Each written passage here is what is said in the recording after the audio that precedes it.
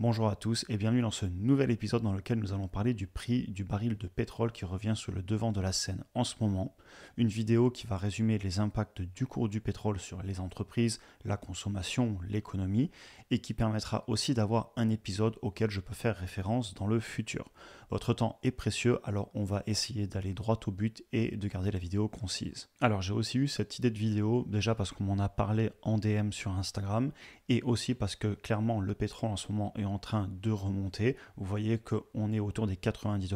Alors on est encore loin des points hauts qu'on avait fait il y a quelques années autour des 130 $. Cependant, on revient de points bas qu'on avait fait au cours de l'année qui étaient au niveau des 70-75 $.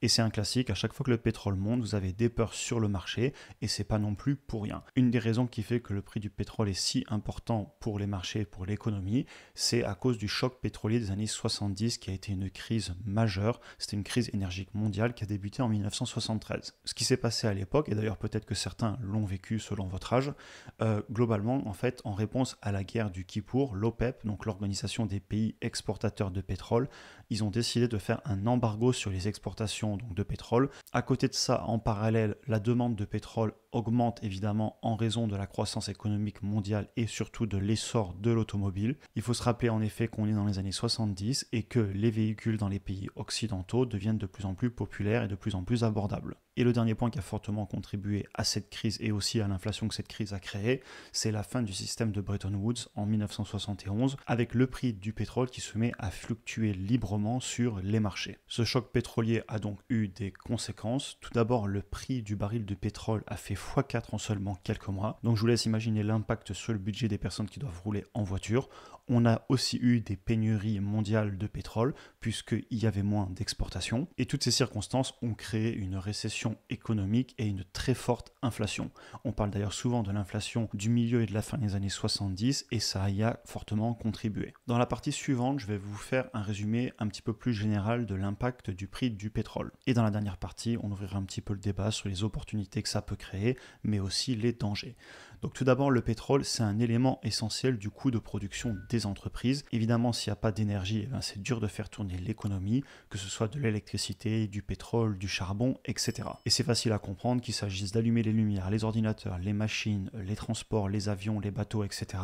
Si vous n'avez pas d'énergie, il n'y aura pas d'économie. Et donc forcément, l'augmentation du prix du pétrole, ça se traduit par une baisse des profits des entreprises si elles décident de ne pas monter leur prix et donc leur coût augmente, ou ça peut aussi signifier une augmentation des prix pour les consommateurs si les entreprises veulent maintenir leur marge et donc c'est de l'inflation. Et généralement d'ailleurs vous avez un petit peu des deux ensemble. Le pétrole pèse donc clairement sur l'inflation et peut réduire le pouvoir d'achat des consommateurs et donc nuire à la croissance économique. Et forcément ça fait donc peur aux acteurs en bourse puisque si la consommation baisse et que l'économie ralentit, c'est mauvais pour les entreprises et leurs résultats.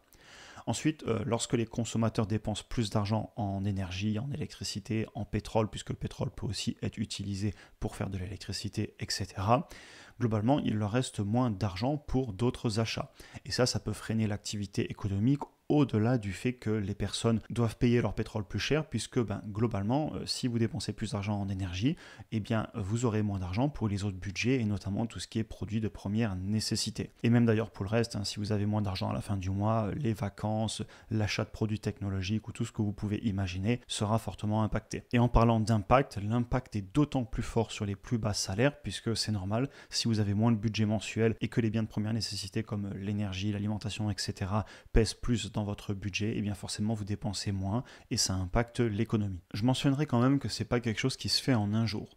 Évidemment, au début, certaines entreprises vont être plus impactées que d'autres. On pensera évidemment à la distribution, à tout ce qui est produit de première nécessité, puisque ça va être impacté directement sur le budget des ménages, au transport évidemment, donc aviation, voiture, train, etc.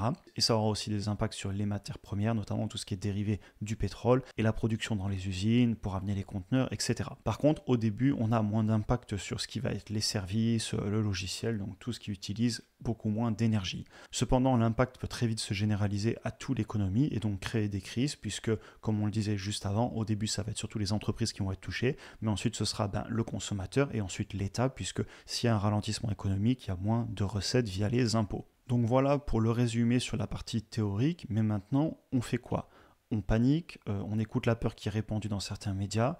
Je vous propose du coup en troisième partie de parler d'actualité et de vous partager un petit peu ma vision sur le sujet, sachant évidemment que je n'ai pas de boule de cristal, je ne vois pas dans le futur et évidemment je ne vous donne aucun conseil en investissement. Ce qu'on va faire ici, c'est plus une discussion ouverte où je vais vous partager ma vision des choses. Déjà, si on revenait sur un scénario type choc pétrolier, ça serait très mauvais. Il ne faut pas passer par quatre chemins à un moment. Si on revient sur un tel scénario, ça va faire très mal. Et évidemment, c'est un classique de répandre la peur sur ce sujet, puisque ça fait des vues, etc.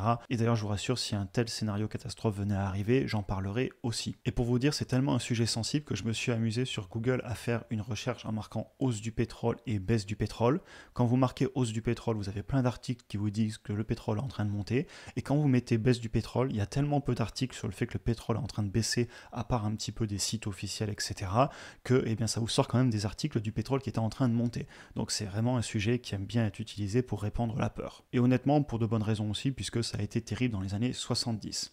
Maintenant, comme vous le savez, je tends à être positif. Et une hausse du pétrole, par exemple en été, c'est d'ailleurs assez cyclique le pétrole, ça peut avoir des impacts sur les résultats des entreprises, mais souvent c'est sur le court terme. Si vous regardez les dernières années, ça n'a pas été quelque chose qui a impacté durablement des business. Et donc ça peut créer des opportunités sur des actions individuelles et même sur des indices si on a une peur un petit peu plus généralisée. Et en exemple concret, vous pouvez avoir une entreprise qui a des retards sur ses chaînes d'approvisionnement et donc des difficultés à livrer avec un chiffre d'affaires qui peut baisser sur un trimestre ou deux, des baisses aussi sur des marges pendant une certaine période. Donc voilà, clairement, ça peut impacter les entreprises et si on regarde un petit peu plus loin, peut-être créer des opportunités. Au niveau de l'inflation et des banques centrales, vous savez que l'inflation, c'est un sujet en ce moment puisqu'elle a explosé ces dernières années, même si maintenant elle est en train de rebaisser de façon assez générale.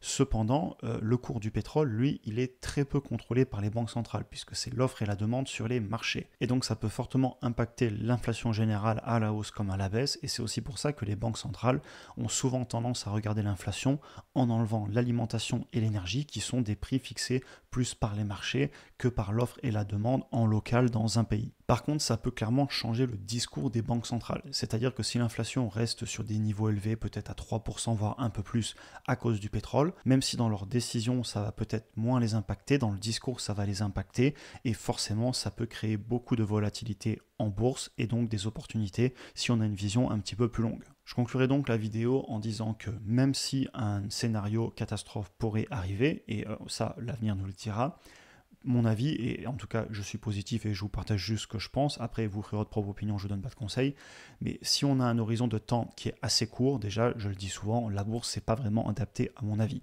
Si c'est pour récupérer l'argent dans quelques années, il vaut mieux le mettre ailleurs.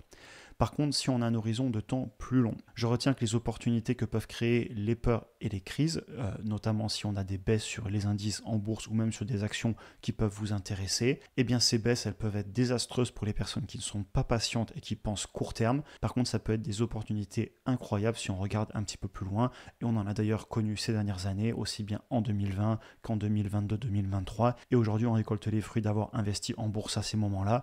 Et d'ailleurs, même en fin 2018, début 2019, on en avait profité aussi, la chaîne n'existait pas encore, et si vous remontez plus loin, on a eu 2007-2008, où certes on a mis des années à se reprendre, mais si vous regardez où on en est aujourd'hui par rapport à l'époque, si on a un horizon de temps assez long, eh bien on peut clairement tirer profit des crises et des peurs sur le court terme. On en a fini pour aujourd'hui, j'espère déjà que la vidéo vous a intéressé.